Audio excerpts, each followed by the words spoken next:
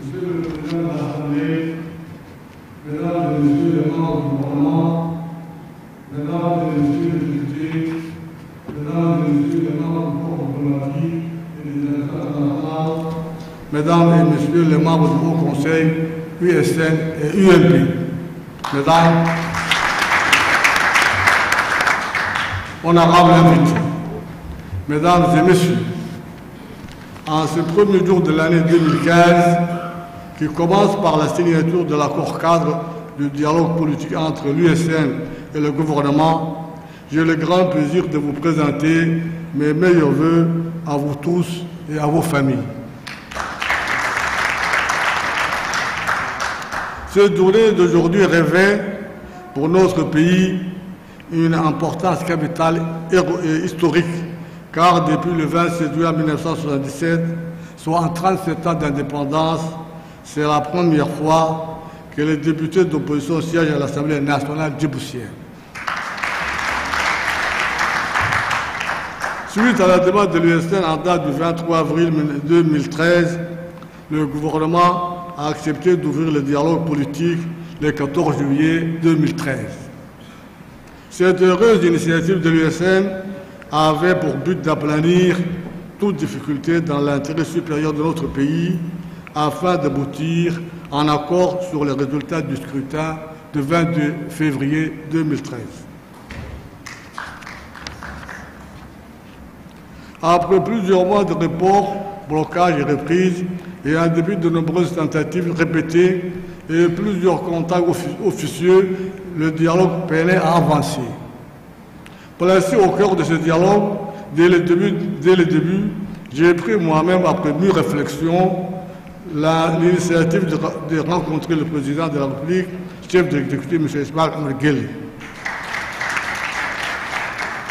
Je l'ai rencontré le 19 juillet, le 19 août et le 1er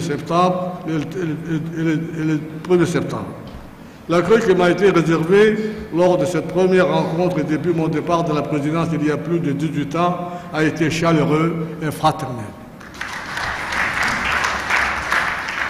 J'ai réalisé durant ce temps-là, que l'USN et le gouvernement pouvaient s'entendre sans trop discuter sur l'essentiel et surtout sur la paix et l'ouverture démocratique.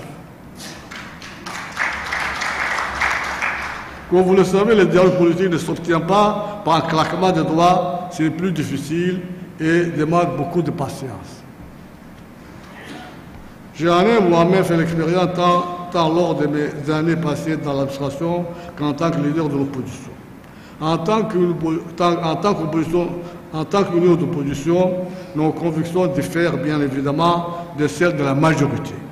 Cependant, nous connaissons la valeur du processus démocratique. Notre jeune démocratie a connu depuis son indépendance, il y a moins de 40 ans, de nombreuses évolutions du multipartisme limité à 4 partis jusqu'à l'avènement du multipartisme intégral en 2002. Chaque étape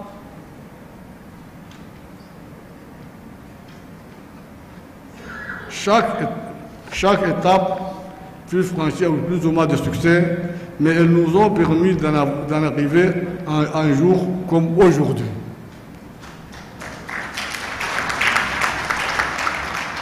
Un jour qui va arriver à l'Assemblée nationale une opposition unifiée issue du scrutin national. C'est un bon pas en avant pour notre démocratie. C'est la mise en œuvre d'un des points clés de l'accord cadre et le début d'un processus qui suivra son chemin et que nous souhaitons bien évidemment à terme voir aboutir dans sa totalité. Cela démontre d'une part la maturité de notre peuple et de nos électeurs, mais aussi la sagesse des hommes et des hommes des deux bords qui ont privilégié le dialogue et ont su se retrouver autour des choses essentielles que sont l'unité, la stabilité et la paix. L'USN en tant que tel et plus encore la présence de nos députés à l'Assemblée nationale sont des acquis pour notre démocratie sur lesquels nous voulons continuer de construire. L'accord cadre et les négociations qui nous ont menées font partie intégrante du processus démocratique et nos actions futures en tant que leader de l'opposition, doivent être guidés par ces mêmes principes inaltérables que sont les discussions constructives et le rassemblement autour de la paix et la stabilité. L'USN veut jouer un rôle constructif dans la marche en avant du pays. Par conséquent, nous assumerons pleinement notre mission dans le respect des règles démocratiques tout en faisant valoir nos principes et notre vision. C'est d'abord pour ça que nous avons été mandatés par les électeurs. Je tiens à remercier toutes celles et tous ceux qui, de loin ou de près, ont activement contribué à la conclusion de cet accord cadre qu'attendaient les Djiboutiens. Je ne saurais passer sous silence la bonne volonté du président de la République, M. Ismaël Maguélé, qui, malgré sa tâche immense, a toujours répondu présent à chaque fois que j'ai voulu le rencontrer pour lui parler du dialogue et de la paix. Sans le président de la République et sa ferme volonté d'aboutir, aucun accord cadre n'aurait été possible.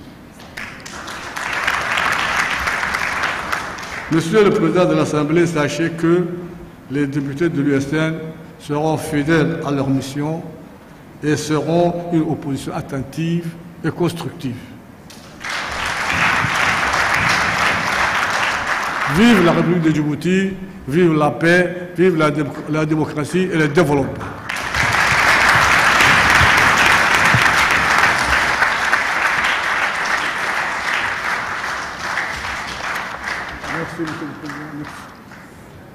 Merci beaucoup, honorable